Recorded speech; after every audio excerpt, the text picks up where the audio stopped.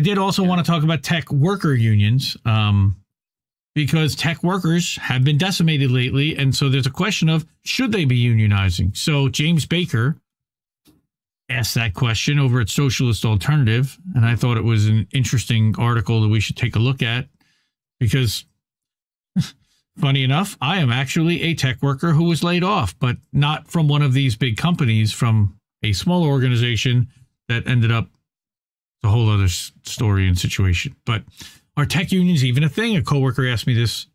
After myself and thousands of others have been laid off, rocked by the storm, dozens of us have landed in an online organizing space.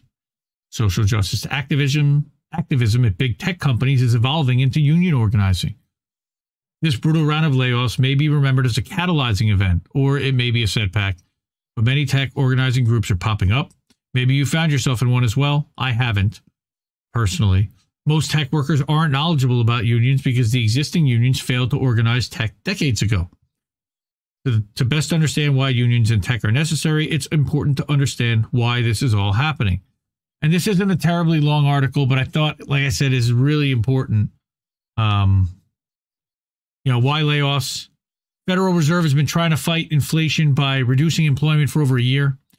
Inflation occurs when there's more money in circulation and there are goods and services produced in the economy.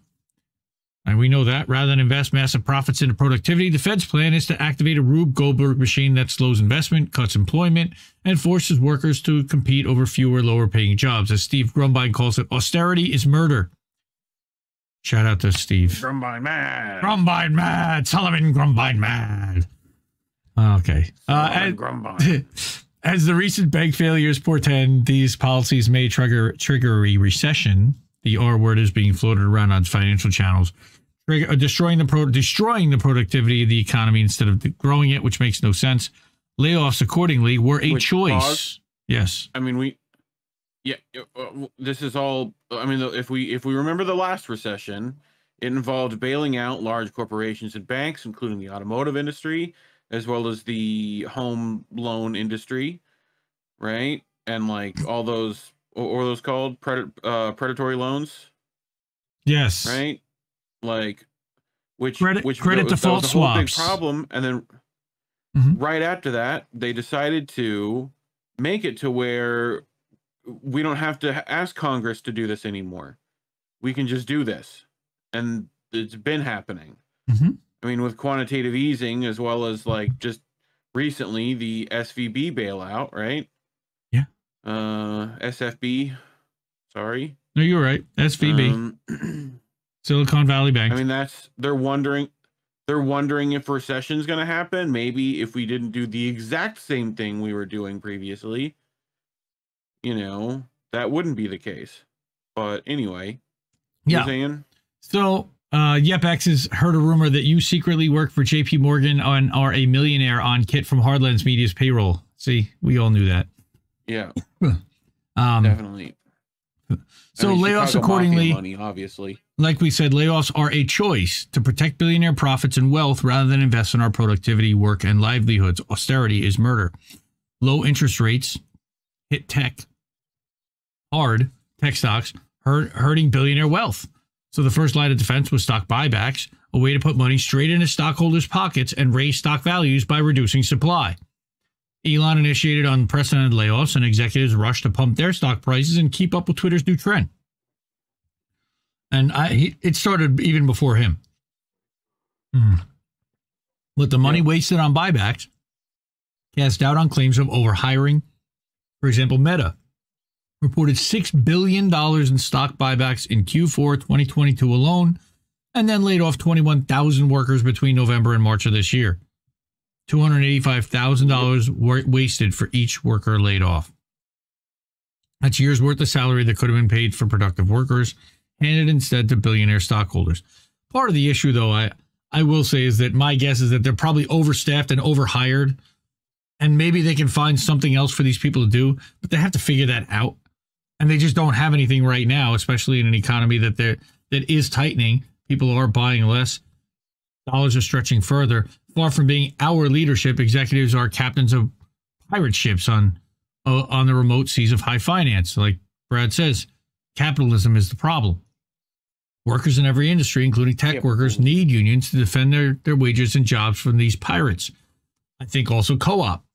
You know, like we say, unions are not the answer. Unions are the bridge to workers owning the means of production.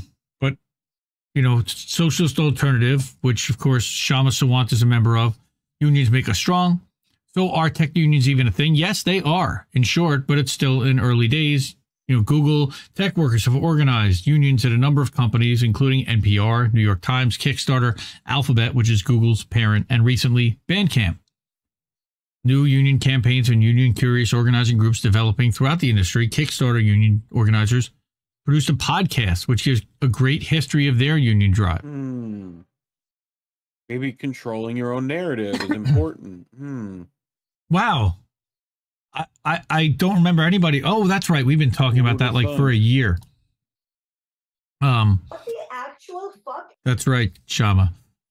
Tech unions are evolving out of the workplace social justice protests prominent during the Trump years. So in 2018, Google workers walked out against sexual harassment with their pink pussy hats on, I'm guessing. The slogan, tech won't build it. Well, and also Blizzard. Right, Activision Blizzard, right. Grew out of Google workers organizing against a deadly Pentagon project. And Microsoft workers petition against companies' relationship to ICE. I believe that Google worker thing was actually against an Israeli combined Pentagon project. And the problem was they didn't want to do it for Israel. Tech billionaires feeling like they'd been losing a class war to woke workers for decades, wanted revenge and were jealous of Elon Musk's brutality. Okay. Yep. Socialist Alternative, don't necessarily always agree with them, but I like reading their stuff. But unions allow us to fight these fights more effectively. They offer us a unique opportunity to build our own power in a world where the boss's power is essentially unilateral. Yeah, it's a top-down structure.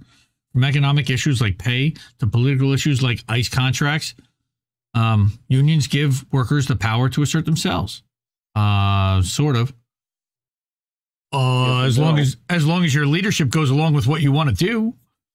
Strong unions. Theoretically. Right. Strong unions that are well prepared for workplace action can win real changes. Kickstarter won a guaranteed raise, cost of living adjustments, end to location-based pay, and more. Union victories are won in a contract that is applied to all workers instead of the individual contracts we're used to signing at new jobs. A union contract is essentially a temporary truce. Strong unions should always be fighting for a better one, and the bosses will always be trying to take back what they lost. Yeah. But ultimately, workers' power is derived from our economic position. If we organize ourselves, we can determine whether or not the bosses make profit. If we bring together significant sectors of the workforce, we can organize powerful walkouts, slowdowns, or even strikes.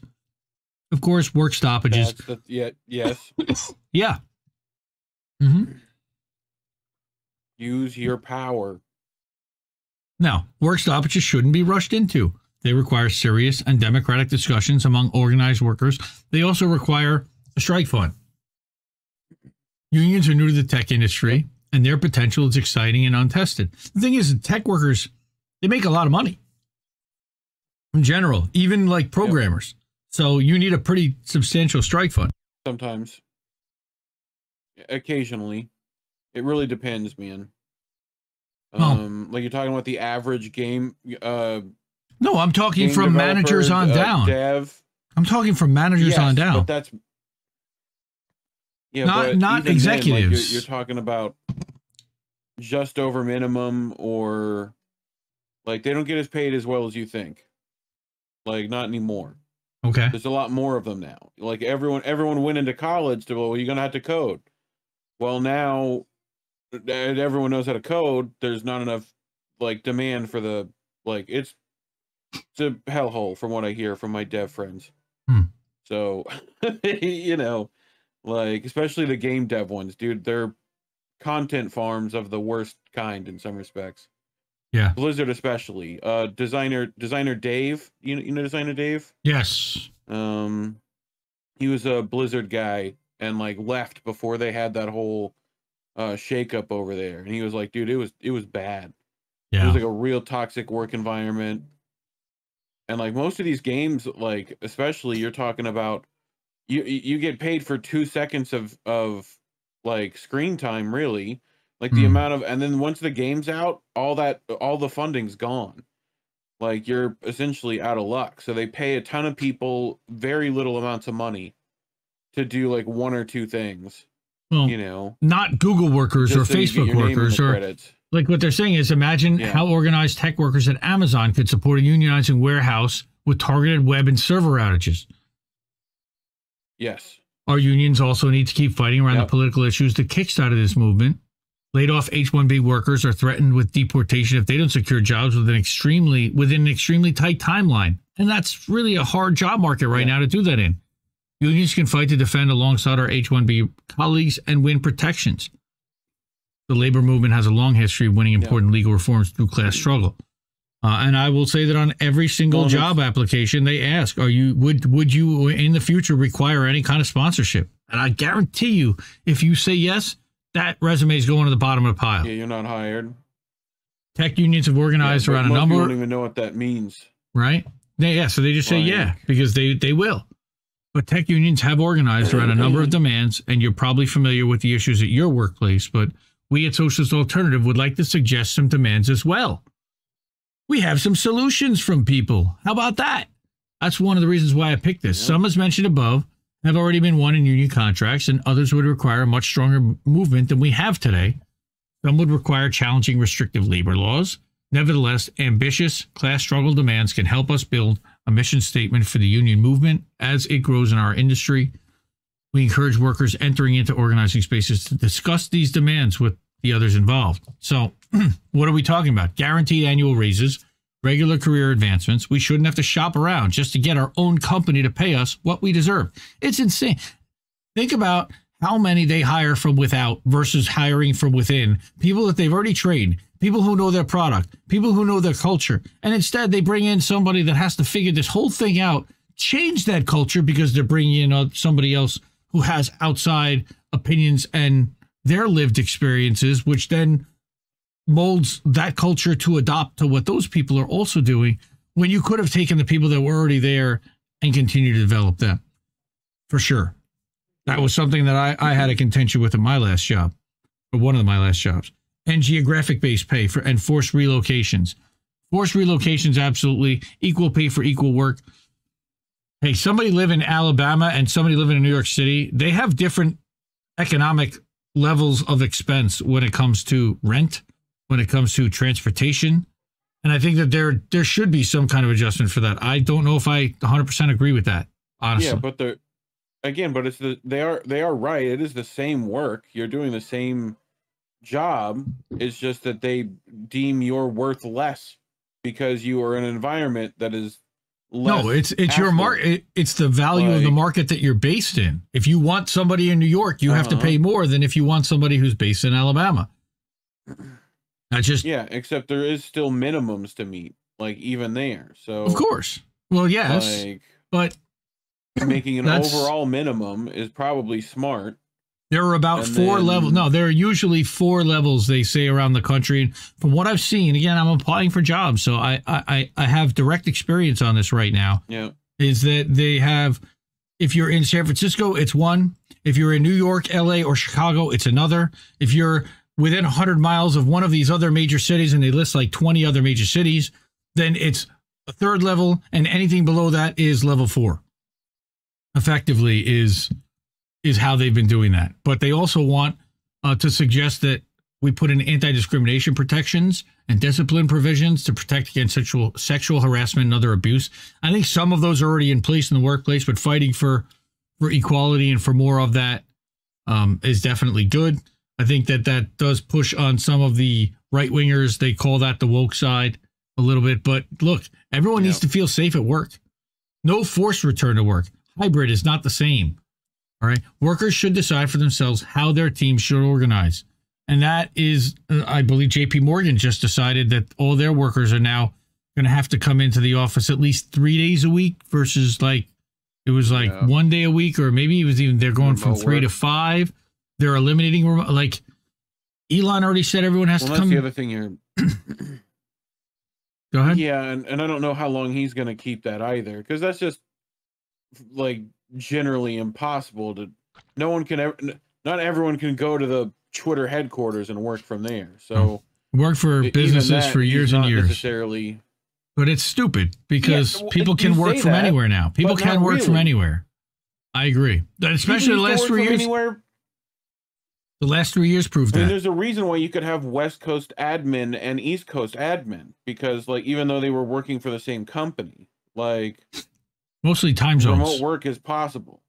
But democratic worker control over staffing and an end to mass layoffs. I don't know how you decide the end to mass layoffs. Yeah. It's just that billionaires have to decide that they're going to take mass losses at some point to save the workers from being fired. And hey, look at that merch again. But you are get some Bogfather socks. My daughter today, I think that shift. Go ahead. Oh, I was going to say that shift from like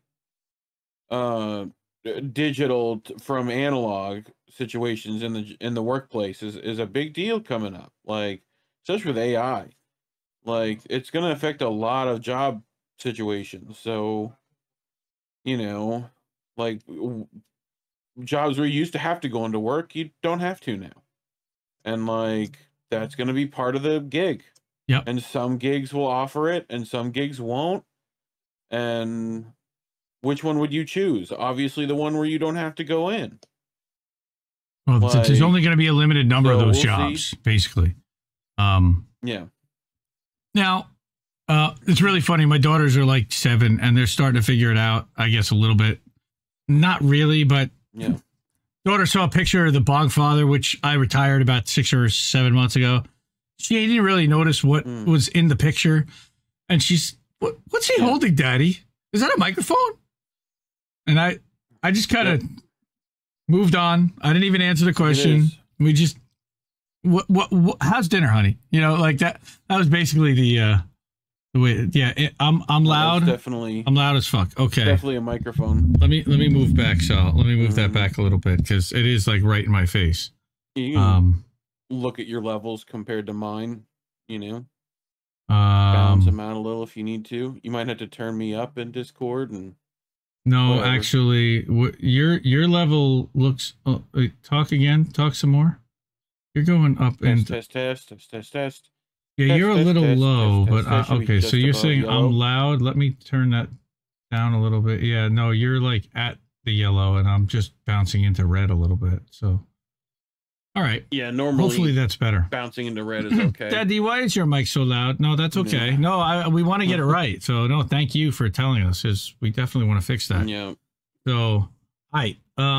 Let's check out some chat. Yes, I'm Indy. Yes, I am Indy.